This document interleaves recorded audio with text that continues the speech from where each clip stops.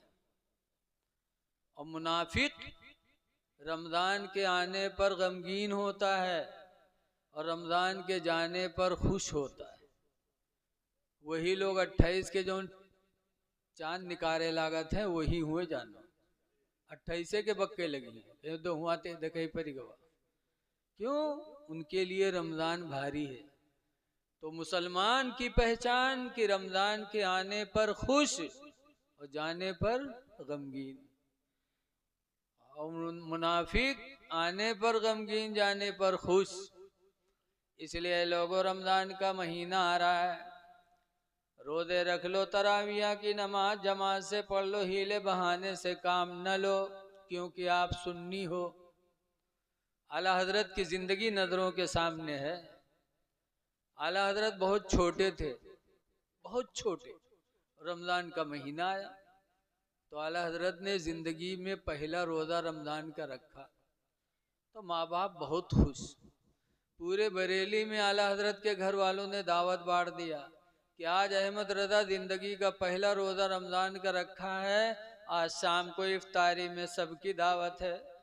दावत हो गई बरेली में, इंतजाम होने लगा। यहाँ तक कि जोहर का वक्त आया तो आला हजरत का चेहरा सूख गया, हलक सूख गया, होठें पुजमुर्दा हो गई। आला हजरत के अब्बा ने देखा, एक बाप के दिल में औलाद की कितनी मोहब्बत होती है बाप ही जानता। बोलो। तो आला हजरत के अब्बा आला हजरत को उठा के लेके गए कमरे में, और उसके बाद दरवाजा बंद कर दिया, खिड़की बंद कर दी, और पियाली में खीर लेके आए, आला हजरत के सामने रखा। उनके अब्बा मौलाना नकी खां बहुत बड़े आलिम थे, रईसुल मुतकल्लिमीन थे। आला हजरत को जिसने पढ़ाया हो उसका इल्म कितना रहा होगा बताओ, बहुत बड़े आलिम थे। उन्होंने कटोरी में रखा, कहा बेटा अभी 5 घंटा इफ्तारी में बाकी है, बेटा 2 बजे हैं, 7 बजे इफ्तारी है और तुम्हारा चेहरा नाजुक हो चुका है, बेटा मैंने दरवाजा बंद कर दिया, खिड़की बंद कर दिया, खीर खा लो, अभी इफ्तारी में बहुत टाइम है। तब आला हजरत ने क्या कहा था, अब्बा आपने दरवाजा बंद कर दिया, खिड़की बंद कर दिया कि बरेली वाले हमको न देख सके, हम खा लें। तो अब्बा क्या हमने रोजा बरेली वालों के लिए रखा है? अब्बा हमने रोजा खुदा के लिए रखा है, वो खुदा बंद घर में भी देख रहा है। आला हजरत ने रोजा नहीं तोड़ा, अल्लाह ने हिम्मत दी, शाम को बरेली के लोगों के साथ बैठ के इफ्तारी किया।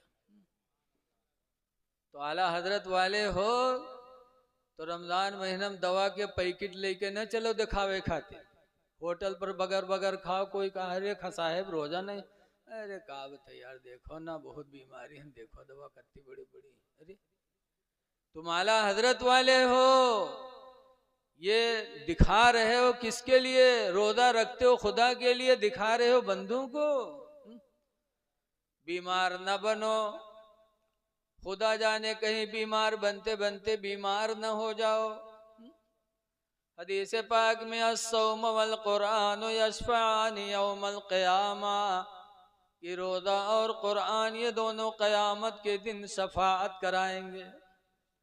रोजा एक तरफ से बोलेगा या अल्लाह इसने मेरे लिए दिन भर का खाना पीना छोड़ा, अल्लाह इसे बख्श दे। दूसरी तरफ कुरान कहेगा या अल्लाह इसने मुझे सुनने के लिए रात की नींद कुर्बान किया, अल्लाह इसे बख्श दे।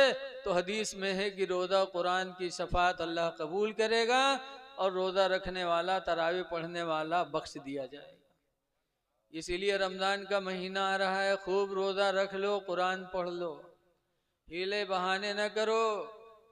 और ये कतान न सोचो कि रोजा से हम बदसूरत हो जाएंगे, माज़अल्लाह काले पड़ जाएंगे ना। हमारे तुम्हारे बाप आदम अलैहिस्सलाम जब जन्नत से जमीन पे भेजे गए थे तो गोरे थे, और कुछ दिन के बाद आदम अलैहिस्सलाम काले हो गए।